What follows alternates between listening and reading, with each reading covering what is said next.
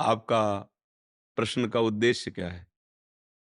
मतलब कि मेरे मन में बहुत पाप आते हैं। मैं मैं सोच देखो, अगर आप साधन करना चाहते हो, परमार्थ की बात सुनना चाहते हो, तो हम आपको बतावें।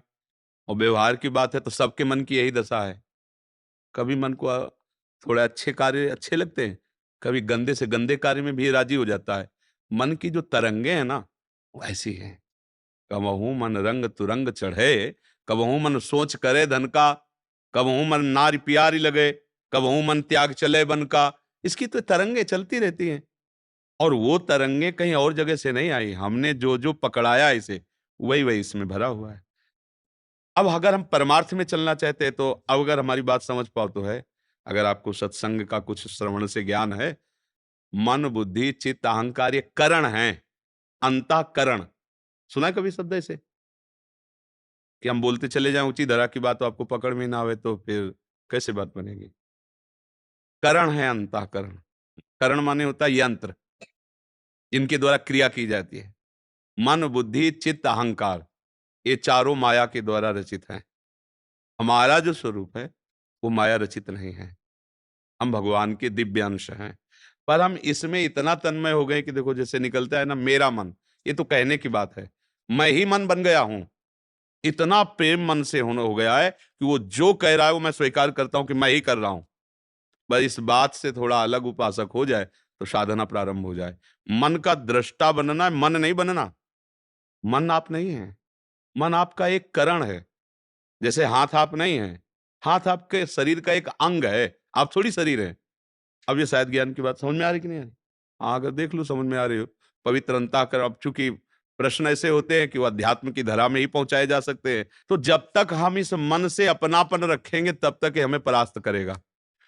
और जब हम प्रभु से अपनापन करेंगे और मन पर निरीक्षण करेंगे, गलत बात फेंक रहा है, हमें इसकी नहीं सुनना है।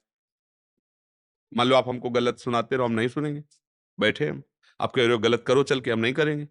पर वो हम तभी मानेंगे जब आप अलग हो, हम अलग हैं। और अगर हम आप एक हो गए, तो आपकी बात हमारी बात, हमारी बात आपकी बात। हमसे गलती यही जन्म जन्मांतरों से हो रही कि हम और मन एक हो गए हैं, तदात्म।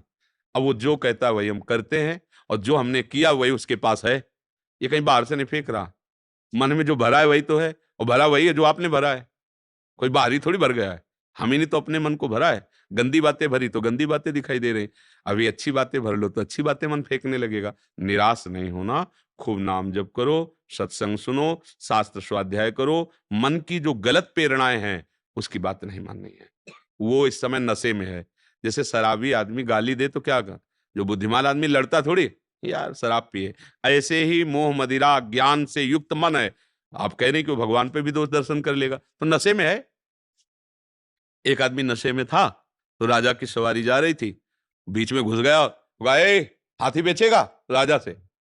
तो सब हंस दिए, बोले इसको थोड़ा पकड़ के ले जाओ, बंदी बना के रखो, इसे सुबह लाना। जब सुबह लाए, कहा, "क्यों रे, मेरा हाथी खरीदेगा?" बोले, "हाथी खरीदने वाला तो उतर गया साहब।" हाँ, तो ये ऐसे ही मन है ना, ये भगवान पे गुरु पे सब पर दोष दर्शन कर सकता है, क्योंकि नशे में है। इसका नशा उतारो, माया का नशा उतरेगा। राधा राधा राधा, खूब नाम, श्यामा प्यारी कुंज बिहारी, खूब रटो, अभी मन निर्मल होने लगेगा। निर्मल मन ही भगवान का स्वरूप है। जब मन निर्मल हो जाता है तो मन ही भगवान बन जाता है। इंद्रियाणाम मनश्चास्मि, भगवान कह रहे हैं इंद्रियों में मन मैं हूं। इसमें घबराने की जरूरत नहीं। घबरा इसलिए जाते हैं कि मन और अपने को एक मान लेते हैं। ये लगता है अब तो मन बुरा सोच रहा है, अब तो हमारी दुर्गति होगी, अब तो मैं बहुत नीच हूं। नहीं नहीं नहीं, आप बिल्कुल अलग हैं।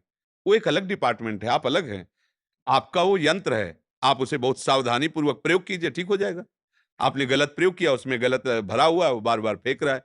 मन ऐसे ही एक अव्यक्त सीसी कैमरा है, वो सब कुछ नोट करता रहता है, और जब आप भजन में बैठोगे, वही आपको दिखाना शुरू कर देता है। जन्म-जन्मांतरों में आपने ये किया है, देखो, बस चुप रहो, भजन चल रहा है, वो नष्ट हो जाएगा।